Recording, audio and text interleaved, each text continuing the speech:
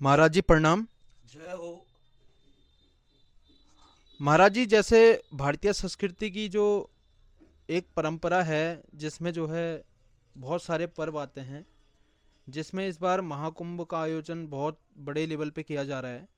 वैसे तो ये आयोजन बहुत पहले से होता आ रहा है, लेकिन इसमें हमारे कुछ क्वेश्चन हैं जिसमें आपको अपना ज्ञान का जो है इस प्रभाव डालते हुए मेरे मन में जो क्वेश्चन है उनका जो है एक उत्तर देना होगा, जिससे जो है मेरे मन में जो ये क्वेश्चन आ रहे हैं इनका जो है निवारण हो सके।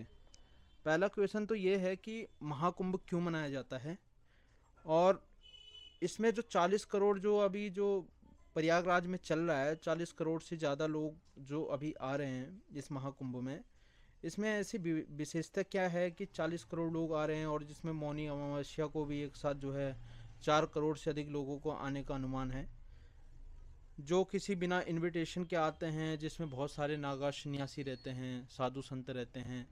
तो ये जैसे नागा सन्यासी या जितने भी साधु संत हैं, इनके पास तो कोई ना, तो कोई हमारे पास तो फ़ोन है, सारी फैसिलिटी है, जिससे हम पता कर लेते हैं कि इस टाइम पे क्या, कौन सी तिथि है, और कौन सा जो है मुहूर्त है, दिवाली कब है, या कोई भी और फेस्टिवल जितने भी आते हैं वो हमें पता लग जाता है। लेकिन इनके पास तो मेरे हिसाब से ऐसा कोई साधन नहीं रहता। और ये एक साथ इतने सारे जो साधु संत आते हैं, कैसे आते हैं, इनमें जो है ऐसा ऐसा क्या है, मतलब कौन से ज्ञान के थ्रू ये यहाँ तक पहुँचते हैं। और विशेषतर तो यही जो क्वेश्चन है कि कुंभ क्यों मनाया जाता है, और इसका जो है मनाने का रीज़न क्या है। बहुत सुंदर प्रश्न किया आपने। और हमारी सनातन धर्म में ये अर्धकुंभ, कुंभ और महाकुंभ, ये सबसे बड़ा जो है पर्व है। आपने पूछा कि महाकुंभ क्यों मनाया जाता है, कुंभ क्यों मनाया जाता है, अर्धकुंभ क्यों मनाया जाता है। तो इसके पीछे की एक कथा है कि एक बार दुर्वासा ऋषि जो है देवलोक की तरफ जा रहे थे। उन्हें आधे रास्ते में इंद्र मिल गया। इंद्र ने दुर्वासा ऋषि को प्रणाम किया, और दुर्वासा ऋषि ने प्रसन्न होकर के अपने गले से एक पुष्पों की माला निकाली, और माला जो है इंद्र के गले में डाल दी। कहते हैं ये पुष्पों की माला कभी मुरझाती नहीं थी, और जिसके भी गले में ये पड़ जाती थी उसे जो है सारा ऐश्वर्य की प्राप्ति हो जाती थी। परंतु इंद्र ने क्या किया कि अहंकारवश उस माला को उतार करके अपने ऐरावत हाथी के सूंड में डाल दिया। ऐरावत हाथी ने उस माला को जमीन में पटका और उसे अपने पांवों से रोंद दिया। दुर्वासा ऋषि ने जो है ये कृत्य करते देखा तो उन्हें क्रोध आ गया, और उन्होंने क्रोधित होकर के इंद्र को शाप दिया कि हे देवराज इंद्र, तुम्हारे अंदर जो है अहंकार आ गया है। तुम सारे देवता जो है अहंकार में चूर हो गए हो, इसलिए मैं तुम्हें शाप देता हूँ कि तुम सब के सब जो है जितने भी देवता हो सब श्रीहीन हो जाओ। अब इंद्र जो है दुर्वासा ऋषि के पाँव में गिरे, क्षमा याचना मांगी, लेकिन दुर्वासा ऋषि शाप तो दे चुके थे। उनका शाप जो है वापस होने वाला नहीं था, जिसके कारण देवता धीरे धीरे जो है श्रीहीन होते चले गए, कमज़ोर होते चले गए। और शुक्राचार्य ने देखा कि सारे देवता श्रीहीन हो गए हैं, कमज़ोर हो गए हैं, तो उन्होंने जो है राजा बलि को कहा कि ये अच्छा अवसर है, तुम जो है देवताओं पे चढ़ाई करो। राक्षसों ने देवताओं पर चढ़ाई करी और उन्हें स्वर्ग से भगा दिया। स्वर्ग पर उन्होंने अपना अधिकार जमा दिया। देवता लोग ब्रह्मा जी के पास गए और उन्होंने ब्रह्मा जी से जो है अपनी विपत्ति कही।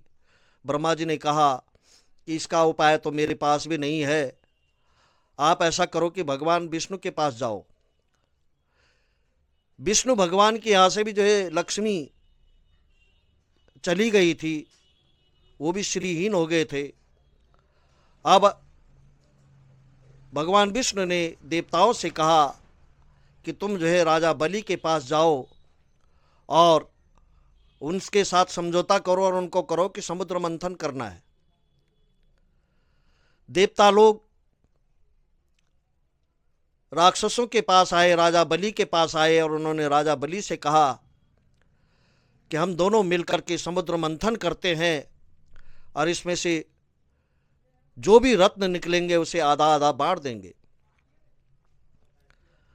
राजा बलि तैयार हो गया समुद्र मंथन के लिए। अब वो जो है मदार पर्वत को लेकर के जो है आ रहे थे। मदार पर्वत उनसे संभला नहीं गया, कुछ उस पर्वत के नीचे जो है दब गए। फिर उन्होंने भगवान विष्णु की स्तुति करी। भगवान विष्णु गरुड़ में बैठकर आए और उन्होंने एक हाथ से उस मदार पर्वत को समुद्र में रख दिया। अब देवता लोग जो है वासुकी नाग के पास गए। वासुकी नाग ने देवताओं से कहा कि मैं रस्सी बनने के लिए तैयार तो हूं, लेकिन इसमें मेरा फायदा क्या है। तो उन्होंने वासुकी नाग को कहा कि समुद्र में से जो अमृत निकलेगा वो हम तुम्हें भी दे देंगे। वासुकी नाग भी तैयार हो गया, उसे रस्सी बनाया गया। अब मदार पर्वत जो है समुद्र के अंदर जो है धंसने लगा। भगवान विष्णु ने 100 योजन कछुए का रूप बनाया, समुद्र के अंदर जो है उस पर्वत के नीचे जो है चले गए। उस पर्वत को उन्होंने अपनी पीठ पर रोक दिया। समुद्र मंथन हुआ, उसमें से सबसे पहला जो रत्न निकला वो उलबटा हलाहल नामक एक कालकूट था, विष था। अब उस विष का प्रवाह इतना खतरनाक था, इतना भयंकर था कि केवल वो हवा मात्र में उस विष के कण, अगर वो जो विष निकला उस विष का हवा में जो कण थे वो फैलते चले गए और वो जो है कण अगर किसी के शरीर में लग जाते थे तो चाहे वो देवता हो, चाहे राक्षस हो, चाहे मनुष्य हो, उनकी तुरंत जो है मृत्यु हो जाती। सब ने भगवान की स्तुति करी। भगवान शंकर प्रकट हुए और भगवान शंकर ने जो है उस हलाहल विष का जो है पान किया और उसे अपने कंठ में रोक दिया। कंठ में क्यों रोका? क्योंकि उनके हृदय में जो है भगवान राम थे और भगवान शंकर ने सोचा कि यदि इस विष को मैं जो है हृदय की तरफ जो है अगर डालूंगा, कंठ में नहीं रोकूंगा, तो ये विष जो है मेरे प्रभु राम का स्पर्श कर लेगा और प्रभु बहुत कोमल है, उनका शरीर जो है विषैला हो जाएगा और कंठ में रोकने के कारण वो जो है नीलकंठ कहलाए। उसके बाद और रत्न निकलते गए। फिर धन्वंतरी गुरु अमृत कलश लेकर के निकले। राक्षसों ने जैसे देखा कि धन्वंतरी अमृत कलश लेकर के निकला है, उन्होंने धन्वंतरी के हाथ से वो कलश छीना और कलश लेकर भागने लगे। देवताओं और राक्षसों के बीच में जो है युद्ध छिड़ गया और वो युद्ध केवल 12 दिन का था। 12 दिन तक वो युद्ध चला और मनुष्यों का 1 वर्ष और देवताओं का 1 दिन बराबर होता है, जिसके कारण मनुष्यों के धरती लोक में वो 12 वर्ष तक का युद्ध था, जबकि देवलोक में वो जो है केवल 12 दिन का युद्ध हुआ। उस युद्ध के दौरान इंद्र के पुत्र जयंत ने उस कलश को छीना और वो कलश लेकर के भागा। उसमें से एक बूंद जो है वो सबसे पहले प्रयागराज में गिरा, उज्जैन में गिरा, नासिक में गिरा, हरिद्वार में गिरा और उस अमृत का जो महत्व है वह आज भी जो है, क्योंकि अमृत जहाँ गिरा है वहाँ अमृतत्व की प्राप्ति, अमृत की प्राप्ति होती है। इसी के कारण जो है हर 12 वर्षों में हरिद्वार में, प्रयागराज में, उज्जैन में, नासिक में ये जो है कुंभ मनाया जाता है। और जब 12 कुंभ जो है पूरे हो जाते हैं, प्रयागराज के 12 कुंभ पूरे हो जाते हैं, 12 बरंग की 144। तब 144 वर्ष में महाकुंभ मनाया जाता है। और आपने पूछा कि इसमें जो है महात्मा लोगों को कैसे पता चलता है, तो आपने पहले भी सुना होगा कि 88,000 ऋषि मुनि को सौनकादि ऋषि जो है कथा सुनाते थे। तो आजकल तो जो है माइक है, साउंड है, उस ज़माने में माइक साउंड कुछ नहीं थे, वो सब के सब कथा सुनते थे, तो कैसे सुन लेते थे। ये दिव्य श्रवण शक्ति आज भी जो है उन महात्माओं के पास है। और केवल जो है महात्मा ही नहीं आते हैं, कहते हैं इस कुंभ में देव, यक्ष, किन्नर, नाग और सारे जो है दिव्य शक्तियाँ, ऋषि मुनि, ये सब जो है वहाँ इकट्ठे होते हैं। और इस महाकुंभ का जो है अमृत का जो है उस धरती पर, जिस धरती पर वो अमृत गिरा है, उस अमृत को प्राप्ति करने के लिए वहाँ पहुँचते हैं।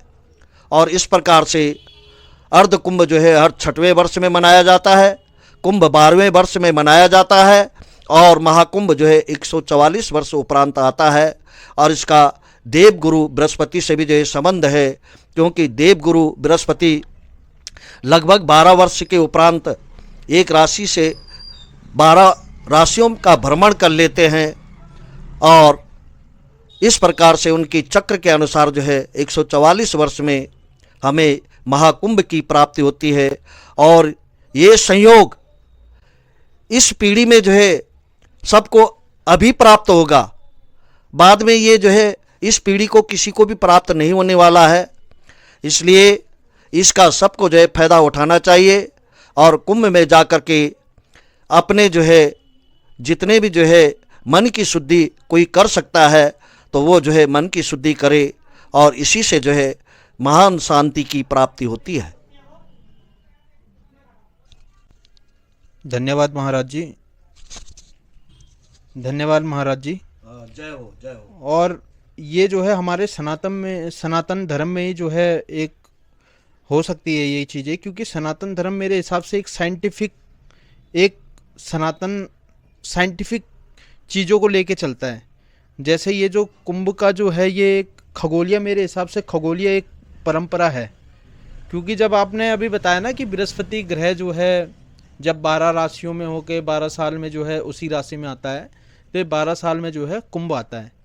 तो एक बहुत बड़ी साइंटिफिक चीज़ है। और मेरे हिसाब से जो पहले के लोगों में कितना जो है साइंस का कैसा यूज़ रहा होगा, या कितनी मतलब टेक्नोलॉजी रही होगी उनके, कि उन्होंने जो है खगोलीय गति को भी जो है अपनी जो है बातों में रखा है, या मतलब हाँ, जो भी चीज़ें सही हैं। बात। जी महाराज जी, धन्यवाद।